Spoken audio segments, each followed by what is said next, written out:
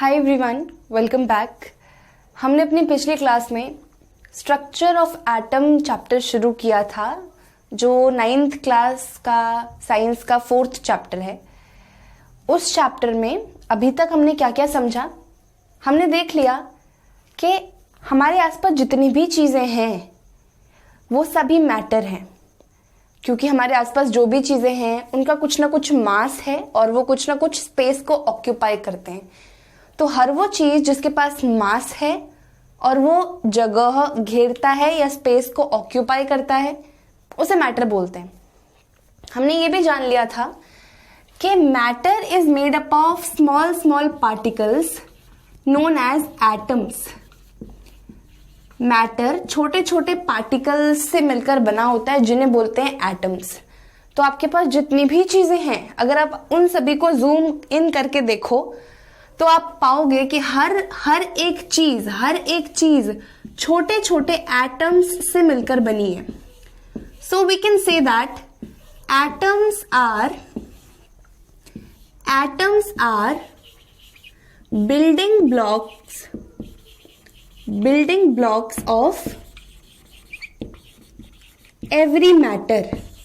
ऐसा बोला जा सकता है कि atoms are building blocks of every matter. हर मैटर एटम्स से मिलकर बना होता है, राइट। फिर हमने देखा था एटम के स्ट्रक्चर के बारे में बहुत सारे लोगों ने बहुत सारी बातें बोली थी।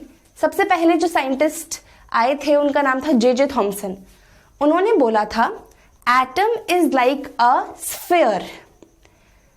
Atom is like a positively charged sphere in which negatively charged electrons are embedded।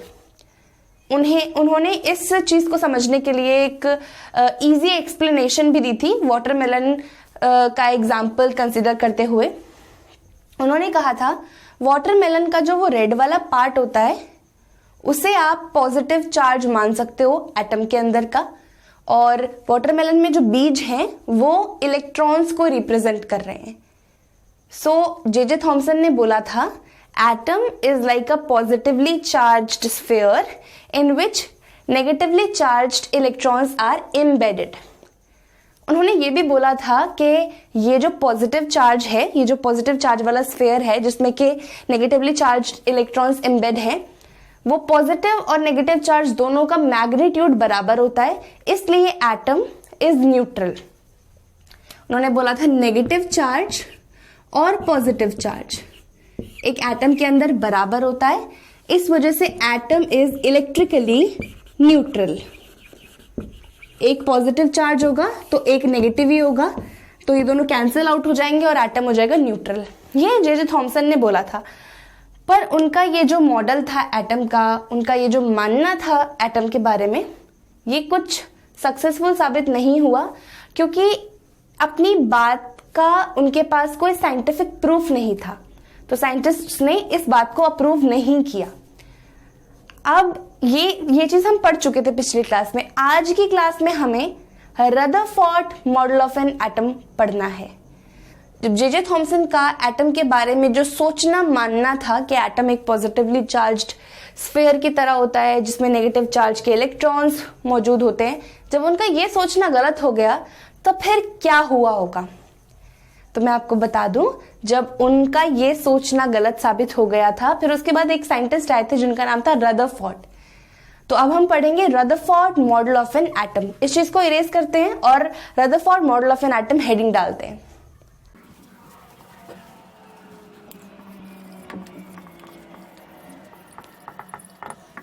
Rutherford's model of an atom. अब हमें इस मॉडल में देखना है कि रदरफोर्ड नाम के जो साइंटिस्ट थे वो एटम को कैसा मानते थे, उनका क्या मानना था, एटम कैसा दिखता है, एटम्स के अंदर क्या क्या प्रेजेंट होता है। तो रदरफोर्ड ने एक एक्सपेरिमेंट किया था जिसका नाम था alpha scattering experiment. Rutherford conducted an experiment which was alpha scattering experiment.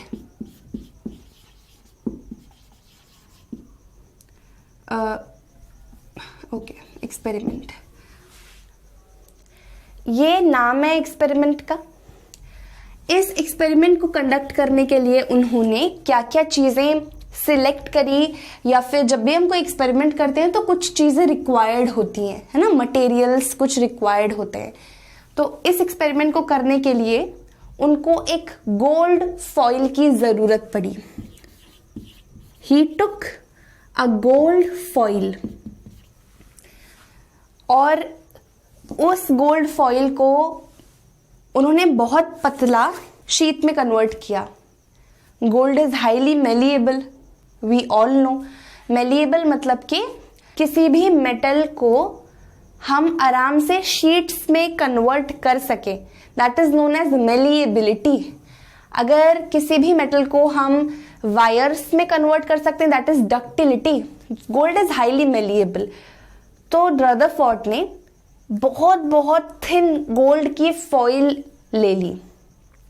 वो गोल्ड की फॉइल 1000 एटम्स थिक थी, 1000 एटम्स थिक, मतलब कि एटम्स के ऐसे मात्र 1000 लेयर, ओनली 1000 लेयर्स होगी एटम की, और वो इतनी पतली थी।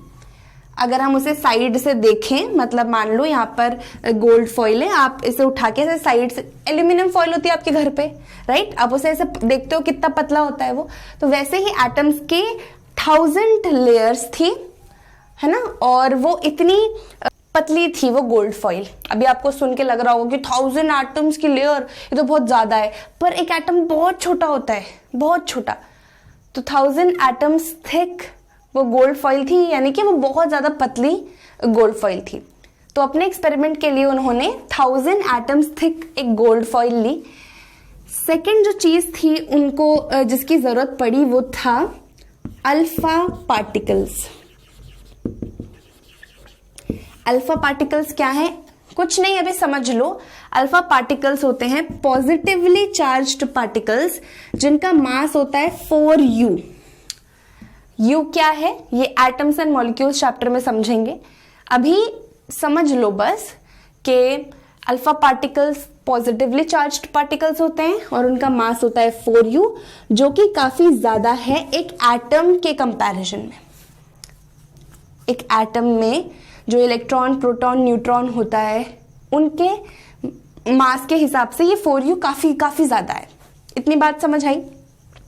रदरफोर्ड ने एक एक्सपेरिमेंट कंडक्ट करना चाहा, अल्फा स्कैटरिंग एक्सपेरिमेंट।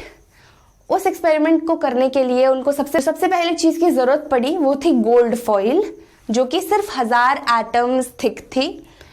फिर दूसरी चीज उन्हें जरूरत पड़ी अल्फा पार्टिकल्स। अल्फा पार्टिकल्स क्या होते हैं? पॉजिटिवली चार्ज पार्टिकल्स होते हैं जिनका मास होता है 4u। ठीक है, ये दोनों चीजों की उन्हें जरूरत पड़ी। तो रदरफोर्ड ने क्या सोचा था कि वो इस गोल्ड फॉइल से, जो उन्होंने सिलेक्ट करी थी ना 1000 एटम्स की वो जो गोल्ड फॉइल थी, उससे ये अल्फा पार्टिकल्स को इस तरह से पास करवाएंगे। रदरफोर्ड ने क्या सोचा, गोल्ड की जो मैंने हल्की सी फॉइल ली है उसमें से अल्फा पार्टिकल्स को पास कराऊंगा। चूंकि ये अल्फा पार्टिकल्स का जो मास है वो बहुत ज्यादा है, तो उन्होंने सोचा था ऐसा कि जो रिजल्ट आएगा उसकी एक्सपेक्टेशन उनके मन में थी। उन्होंने ये उम्मीद लगाई थी कि जब वो गोल्ड फॉइल से अल्फा पार्टिकल्स को पास कराएंगे तो अल्फा पार्टिकल्स बहुत कम डिफ्लेक्ट होंगे। दे विल शो, बहुत कम डिफ्लेक्शन शो करेंगे वो, बिल्कुल कम, क्योंकि बहुत ज्यादा मास है ना एक एटम के अंदर जो भी पार्टिकल्स है उनके कंपैरिजन में। एटम के अंदर क्या क्या होता है? इलेक्ट्रॉन, प्रोटॉन और न्यूट्रॉन। पर उस समय साइंटिस्ट को ऐसा कुछ मालूम नहीं था। थोड़ा बहुत मालूम था कि हाँ कुछ पॉजिटिव और कुछ नेगेटिव चार्ज एटम के अंदर प्रेजेंट होता है, उनको रफ आइडिया था। पर हमें अभी बिल्कुल मालूम है एटम के अंदर इलेक्ट्रॉन, प्रोटॉन और न्यूट्रॉन होता है। उस वक्त नहीं मालूम था उनको। तो उनका एक्सपेक्टेशन यही था कि बहुत हल्का सा ये अल्फा पार्टिकल्स डिफ्लेक्ट होंगे। हल्का सा क्यों डिफ्लेक्ट होंगे? क्योंकि भाई मास बहुत ज्यादा है। कोई भी ऑब्जेक्ट है उसका मास बहुत ज्यादा है, वो किसी चीज से टकराएगा तो वो हल्का ही तो एक्सेलरेट करेगा। हमने force and laws of motion chapter में पढ़ा है यार, force is equal to mass into acceleration, right. ये मास इधर आएगा, डिवाइड हो जाएगा। हमको मालूम है एक्सेलरेशन और मास के बीच में इनवर्स का रिलेशन है। किसी भी चीज का मास ज्यादा तो उसका एक्सेलरेशन कम होता है, याद है कि नहीं। कि कोई भी ज्यादा भारी चीज है तो जाहिर है कि वो कम एक्सेलरेट करेगा, राइट। तो ये सब हटाओ ये आपको बस बताने का वो एक था कि डिफ्लेक्शन बहुत कम होगा, अल्फा पार्टिकल्स बहुत कम ही टकरा के मतलब कि एटम में से पास होंगे और टकराएंगे ना किसी भी चीज से तो हल्का सा मुड़ेंगे क्योंकि वो बहुत भारी हैं। पर जो रिजल्ट आया इस एक्सपेरिमेंट को कंडक्ट करने के बाद वो एकदम ऑपोजिट था। उन्होंने एक्सपेक्ट किया था कि बहुत कम डिफ्लेक्शन होगी, रिजल्ट एकदम अचंभित करने वाला आया। उन्होंने जब ये एक्सपेरिमेंट कंडक्ट किया, क्या एक्सपेरिमेंट कंडक्ट किया, 1000 एटम्स थिक जो गोल्ड फॉइल थी उससे जब रदरफोर्ड ने अल्फा पार्टिकल्स को पास करवाया, ठीक है, इस तरह से, तो उन्होंने क्या ऑब्जर्व किया उसे हम यहां पर लिख लेते हैं, ठीक है। क्या ऑब्जर्व किया, उनकी क्या ऑब्जर्वेशंस थी। सबसे पहली चीज उन्होंने ऑब्जर्व करी, जब उन्होंने एक्सपेरिमेंट कंडक्ट किया, मतलब जब गोल्ड फॉइल से अल्फा पार्टिकल्स को पास कराया तो ज्यादातर अल्फा पार्टिकल्स बिना मुड़े ही सीधे सीधे निकल गए। सो सबसे पहली ऑब्जर्वेशन थी कि most of the alpha particles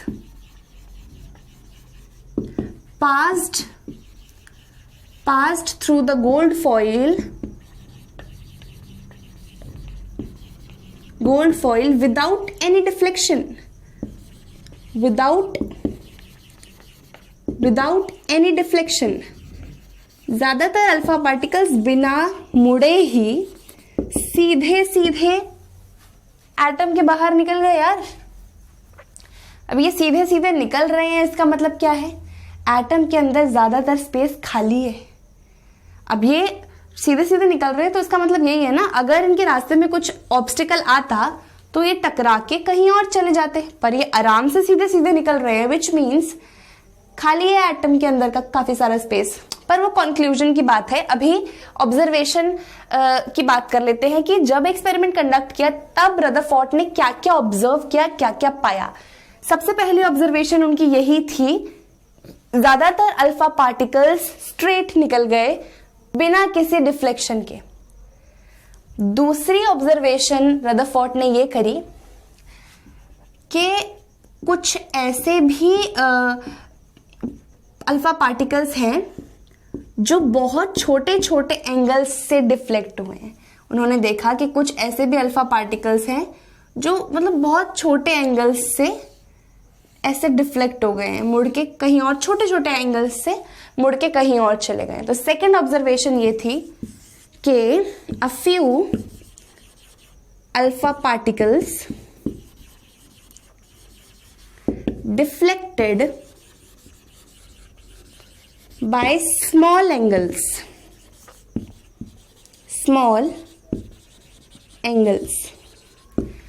कुछ अल्फा पार्टिकल्स अब कुछ एंगल से टकरा के कहीं और निकल गए हैं, जिसका मतलब है कि एटम के अंदर कुछ ना कुछ सॉलिड चीज तो मौजूद है, राइट। एटम के अंदर कुछ ना कुछ तो ऑब्स्टिकल प्रेजेंट है जिससे कि अल्फा पार्टिकल्स टकरा के मुड़ रहे हैं। तीसरी ऑब्जर्वेशन उन्होंने ये करी कि 12,000 अल्फा पार्टिकल्स में से 12,000 अल्फा पार्टिकल्स में एक अल्फा पार्टिकल ऐसा भी होगा जो जिस रास्ते आया था, मतलब जिस रास्ते गया था उसी रास्ते पे वापस आ गया। मतलब बहुत कम 12,000 में से एक ऐसा अल्फा पार्टिकल होगा जो 180 डिग्री पे वापस आ रहा है।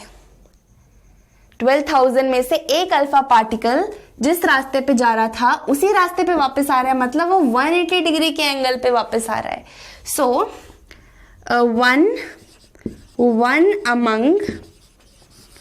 one among 12,000 alpha particles deflected by the angle of 180 degree. यहां तक बात समझ आई आपको कि हमने अभी तक क्या देखा? रदरफोर्ड ने एक एक्सपेरिमेंट कंडक्ट करना चाहा, अल्फा स्कैटरिंग एक्सपेरिमेंट। उन्हें उस एक्सपेरिमेंट को कंडक्ट करने के लिए एक पतली सी गोल्ड फॉइल की रिक्वायरमेंट थी और अल्फा पार्टिकल्स की रिक्वायरमेंट थी। उन्होंने गोल्ड फॉइल से अल्फा पार्टिकल्स को पास कराया तो ये चीजें ऑब्जर्व करी। सबसे पहला कि ज्यादातर सीधे सीधे ही निकल गए अल्फा पार्टिकल्स, कुछ ऐसे भी हैं जो बहुत छोटे एंगल से डिफ्लेक्ट हुए हैं, और कुछ बहुत रेयरली 12,000 में से लगभग एक जिस रास्ते से गया था उसी पे वापस आ गया, मतलब 180 डिग्री पे डिफ्लेक्ट हो गया, बहुत रेयरली। तो ये 3 ऑब्जर्वेशंस रदरफोर्ड ने करी थी। इन ऑब्जर्वेशंस पे बेस्ड उन्होंने कुछ कंक्लूजन्स भी दिए थे, नतीजे भी दिए थे। उनको डिस्कस करने से पहले मैं आपको बता देती हूं कुछ इंपॉर्टेंट सवाल जो इस टॉपिक से पूछे जाते हैं। सबसे पहला सवाल तो यही आएगा कि रदरफोर्ड ने गोल्ड फॉइल को क्यों चुना? रदरफोर्ड ने गोल्ड फॉइल को क्यों चुना? गोल्ड फॉइल को रदरफोर्ड ने इसलिए चुना because gold is highly malleable. उसे बहुत पतली शीट्स में आप ड्रॉ कर सकते हो, गोल्ड की आप बहुत पतली शीट्स बना सकते हो, इसलिए गोल्ड को रदरफोर्ड ने चुना। क्योंकि उन्हें बहुत पतली लेयर चाहिए थी एटम्स की, 1000 लेयर चाहिए थी सिर्फ एटम्स की, और इतना पतला गोल्ड मतलब अच्छा खासा मेलिएबल होता है, इस वजह से उन्होंने गोल्ड को ही सिलेक्ट किया अपने अल्फा स्कैटरिंग एक्सपेरिमेंट के लिए। ठीक है, और क्वेश्चंस क्या क्या बनते हैं आपसे पूछ लेंगे कि अल्फा स्कैटरिंग जो एक्सपेरिमेंट था रदरफोर्ड के द्वारा किया गया उसकी ऑब्जर्वेशंस क्या क्या थी। तो ये 3 ऑब्जर्वेशंस थी, याद रख लो, हमेशा याद रखना, इस चैप्टर में पूछी जाती हैं, आगे भी आपको काम आएंगी। 3 ऑब्जर्वेशन क्या? अल्फा स्कैटरिंग एक्सपेरिमेंट, जल्दी बोलो मेरे साथ साथ। ज्यादातर अल्फा पार्टिकल्स सीधे निकल गए, बहुत कम छोटे एंगल से डिफ्लेक्ट हुए, रेयरली 180 डिग्री पे डिफ्लेक्ट हुए। ये 3 ऑब्जर्वेशन थी। अब बात करते हैं कंक्लूजन्स की।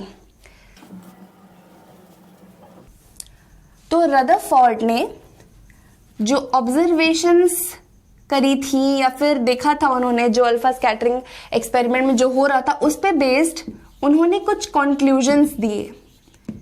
सबसे पहला कंक्लूजन तो जो उन्होंने दिया, पहली ऑब्जर्वेशन पे बेस्ड होगा पहला कंक्लूजन। पहली ऑब्जर्वेशन क्या थी? ज्यादातर अल्फा पार्टिकल सीधे निकल गए। इससे क्या पता चलता है कि ज्यादातर एटम के अंदर जो स्पेस है वो खाली है, राइट? ये जो गोल्ड फॉइल थी ये भी छोटे छोटे एटम से मिलकर बनी होगी, तो उस गोल्ड फॉइल से अल्फा पार्टिकल्स को पास कराया, मतलब एटम्स में से अल्फा पार्टिकल्स पास हो रहे होंगे, क्योंकि वो गोल्ड फॉइल इवेंचुअली एटम्स से ही मिलकर बनी हुई है। अब वो ज्यादातर सीधे निकल गए, विच मीन्स कि एटम्स के अंदर का ज्यादातर स्पेस खाली है, राइट? तो सबसे पहली कंक्लूजन ये थी कि most of the space inside an atom is empty। Rutherford ने बोला था एटम के अंदर का ज्यादातर स्पेस खाली होता है। क्यों बोला उन्होंने ये? क्योंकि उन्होंने देखा कि अल्फा पार्टिकल सीधे सीधे निकल रहे हैं, विच मीन्स कि अंदर ज्यादातर स्पेस खाली है। सेकेंड ऑब्जर्वेशन पे बेस्ड उनकी दूसरी कंक्लूजन थी।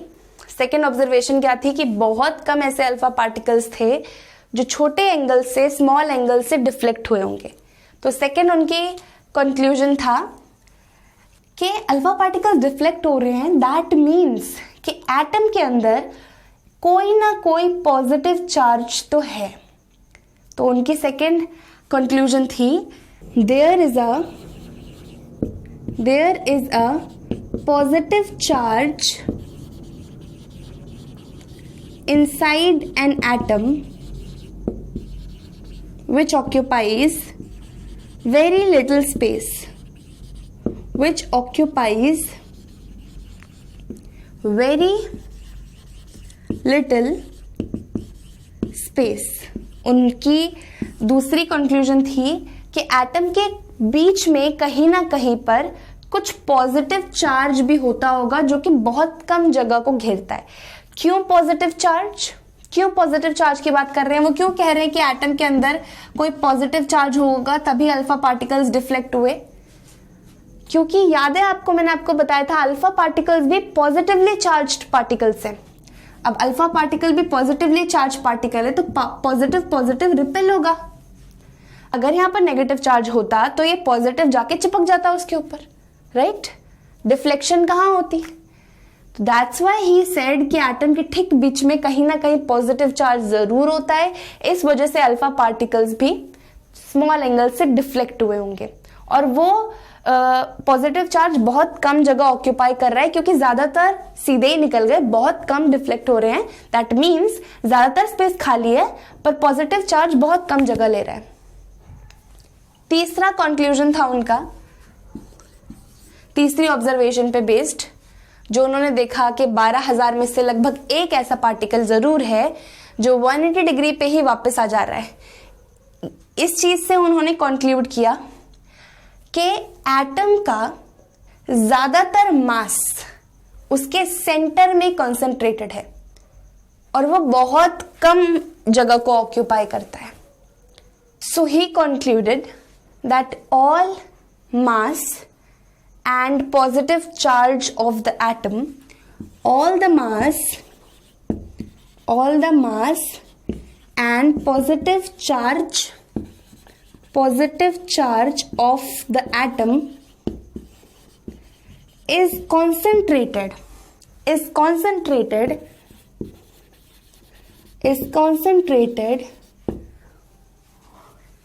in the center, which occupies very small volume.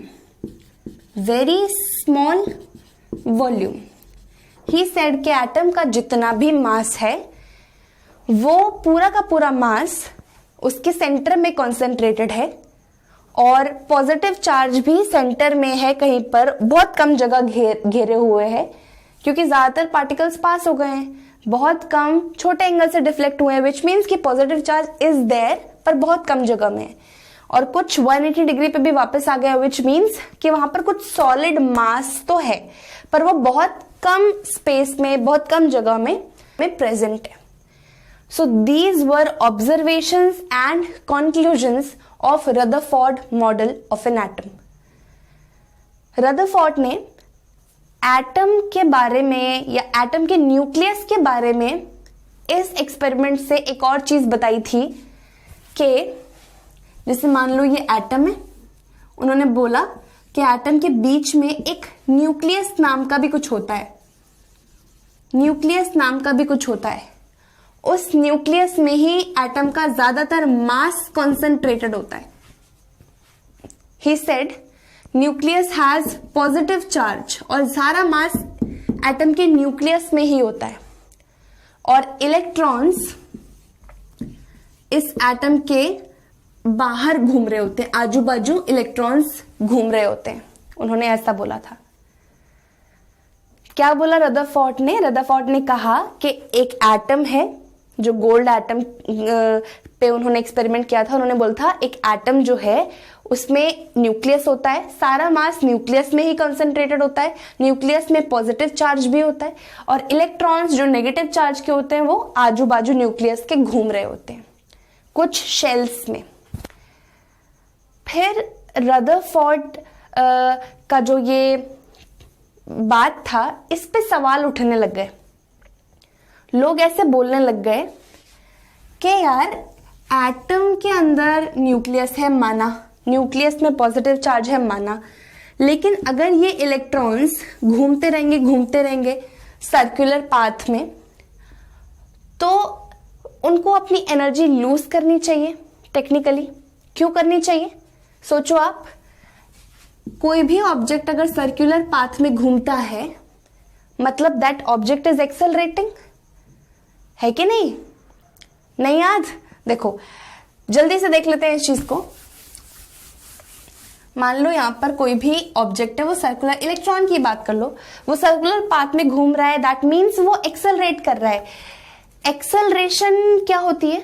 Change in velocity per unit time, right? किसी भी चीज की वेलोसिटी कब चेंज होती है?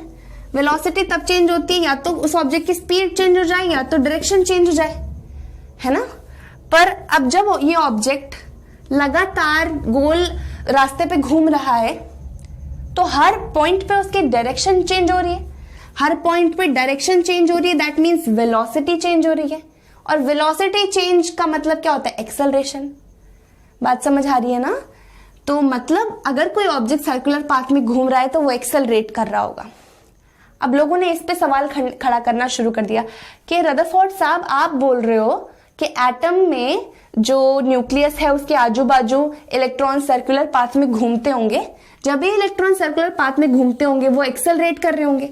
एक्सेलरेशन में लगती है एनर्जी, एक्सेलरेशन में एनर्जी लग रही होगी इस इलेक्ट्रॉन की। अब वो बेचारा एक्सेलरेशन करे जा रहे तो उसकी एनर्जी कम होती जा रही होगी। जाहिर है ना, एक्सेलरेशन से एनर्जी लॉस भी तो होगी, तो इलेक्ट्रॉन की एनर्जी कम होती जाती होगी और वो ना न्यूक्लियस में गिर जाता होगा। लोगों ने ये सवाल खड़ा किया कि एटम के आसपास, मतलब न्यूक्लियस के आसपास इलेक्ट्रॉन घूम रहा है, सर्कुलर पाथ में घूम रहा है, मतलब एक्सेलरेट कर रहा है। अब घूमे जा रहा है, उसकी एनर्जी कम होनी चाहिए, एक्सेलरेशन से एनर्जी लॉस होनी चाहिए, तो उसको छोटे सर्कल में अब घूमना चाहिए। अब और छोटे, उसकी एनर्जी और कम हो गई, इवेंचुअली उसे न्यूक्लियस में गिर जाना चाहिए। और अगर इलेक्ट्रॉन न्यूक्लियस में गिर जाएगा मतलब वो हाईली अनस्टेबल है, पॉजिटिव चार्ज नेगेटिव चार्ज के पास जाके मिल गया, एटम बहुत अनस्टेबल हो जाता। पर ऐसा तो होता नहीं है। सारी चीजें मतलब कितनी बढ़िया से आपके आसपास जो भी मैटर है वो सब एकदम बढ़िया है, सब एटम से मिलकर बना है ना। अब हर एक मैटर के अंदर, हर एक एटम में ये कहानी चल रही होती कि इलेक्ट्रॉन घुस जाता न्यूक्लियस में जाकर तो सारी चीजें एग्जिस्ट नहीं करती, मैटर तो अनस्टेबल हो जाता ना। पर ऐसा तो कुछ नहीं होता। रदरफोर्ड इस बात का जवाब ही नहीं दे पाए। रदरफोर्ड को समझ ही नहीं आया कि क्या बोलूं मैं इस चीज के करके। वो इस क्वेश्चन का जवाब ही नहीं दे पाए कि इलेक्ट्रॉन्स अगर सर्कुलर पाथ में घूम रहे हैं, एक्सेलरेट कर रहे हैं, तो एनर्जी लॉस करेंगे या नहीं करेंगे, उन्हें नहीं समझ आया। अब इस चीज का जवाब दिया था दूसरे साइंटिस्ट ने जिनका नाम था बोर, जो हम पढ़ेंगे Bohr's model of an atom में। रदरफोर्ड का मॉडल यहीं तक था। एक और बात ऐड कर लो, रदरफोर्ड ने अपने इस एक्सपेरिमेंट के बेसिस पर एक और बात बोली थी कि एक एटम का जो रेडियस होता है, एटम का जो रेडियस होता है वो न्यूक्लियस के रेडियस से 10⁵ टाइम्स ज्यादा होता है। एक एटम के अंदर इलेक्ट्रॉन्स, प्रोटॉन्स और न्यूक्लियस सब प्रेजेंट होता है, राइट। तो उन्होंने बोला था कि एक एटम बड़ा होता है और एटम का जो रेडियस है वो न्यूक्लियस के रेडियस के 10⁵ टाइम्स ज्यादा होता है। बस इतनी सी बात उन्होंने बोली थी। तो जो उनका ये सवाल था, साइंटिस्ट का, बाकी लोगों का ये सवाल था कि क्या इलेक्ट्रॉन सर्कुलर पाथ में घूमते घूमते, एक्सेलरेट करते करते न्यूक्लियस में गिर जाता है। इस चीज का जवाब दिया था नील्स बोर ने। उसे हम पढ़ेंगे अपनी अगली क्लास में Bohr's model of an atom के नाम से। इस क्लास को यहीं पर खत्म करते हैं। आई होप चीजें आपको समझ आई हो। जो भी आपके डाउट्स हैं उन्हें कमेंट सेक्शन में जरूर लिखें। आपसे मिलेंगे आगे आने वाले वीडियोस में अपने नेक्स्ट टॉपिक्स के साथ। Till then, bye bye.